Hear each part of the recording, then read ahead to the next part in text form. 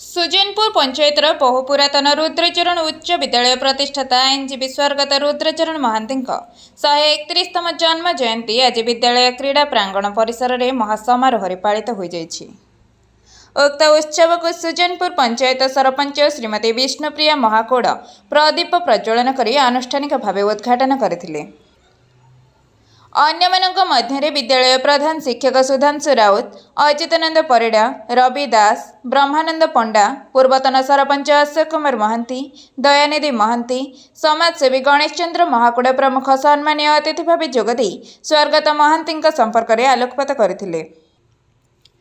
एही परिप्रेक्षी में स्वर्गत महांती एक विशालपूर्ण प्रतिमूर्ति सुजनपुर कॉलेज छकठारे और एही विद्यालयर प्रथम प्रधान शिक्षक स्वर्गत सुरेन्द्रनाथ राउत आवाक्ष प्रतिमूर्ति विद्यालय परिसर में सुजनपुर सरपंच श्रीमती विष्णुप्रिया महाकौड़ द्वारा उन्मोचित होइथिला।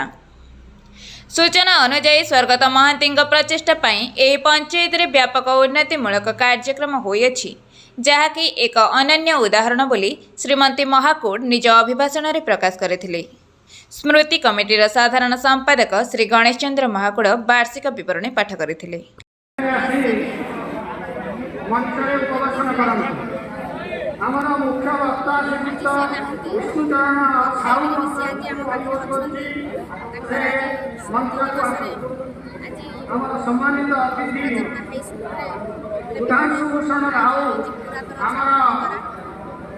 विद्यालय प्रधान शिक्षक से मंच पर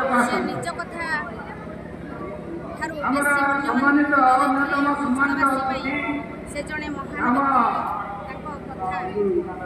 जिते कहले भी सरी बनाई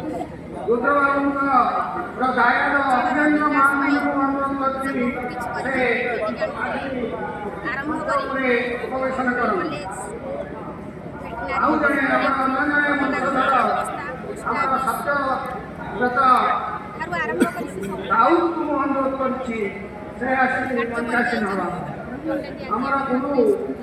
पुरातन शिक्षक सचिदानंद राउत मंच में आसी उपविष्ट हुए।